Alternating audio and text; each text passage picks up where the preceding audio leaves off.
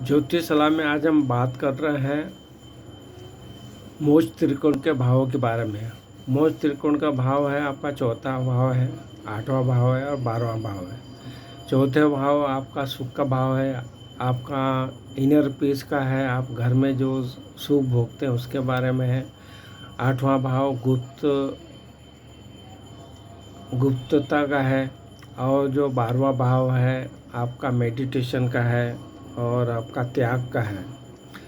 तो इन भावों में जिन भावों के स्वामी बैठते हैं उनके बारे में आपको दुनिया को उजागर नहीं करना है। ये एक सरल सा तरीका है। आप जितना अपना इन भावों में बैठे हुए ग्रहों के बारे में, जिस भाव के स्वामी हैं उनके बारे में अगर बात करोगे तो आपको उतना वो ग्रह आपका ख़राब रिजल्ट देगा। जैसे कि अगर पांचवें भाव का स्वामी आठवें भाव में बैठा है तो आप अपने बच्चों के बारे में बखान करोगे तो वो आपके लिए निगेटिव हो जाएगा। और इसी तरह से अगर चौथे भाव का स्वामी आठवें भाव में बैठा है तो आप चौथे भाव के बारे में यानी आपके सुख के बारे में लोगों को ज़्यादा जानकारी दोगे तो वो आपके लिए अच्छा नहीं है। इसी तरह से अगर 12वें भाव का स्वामी आठवें भाव में बैठा है तो आप अपने विदेश यात्राओं के बारे में बताओगे तो वो आपको अच्छे फल नहीं प्राप्त होंगे।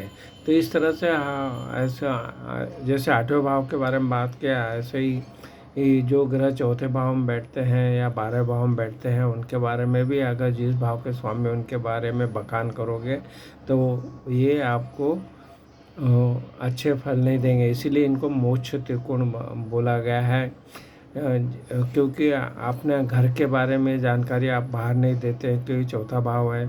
आठवां भाव भी गुप्त क्रियाकलापों का है इसलिए उसकी भी हम बखान नहीं करते हैं।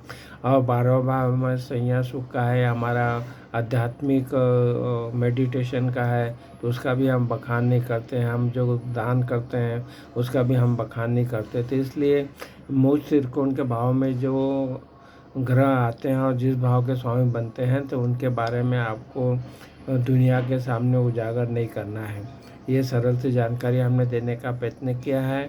आप अपने कुंडली में लगा के देखिए और अगर आपको ये वीडियो पसंद आ रहा है तो हमारे चैनल एस्ट्रोलॉजी सिंप्लीफाइड को जरूर सब्सक्राइब कीजिए और वहाँ विस्तृत वीडियो भी बने हुए हैं उनका भी आप लाभ उठाइए।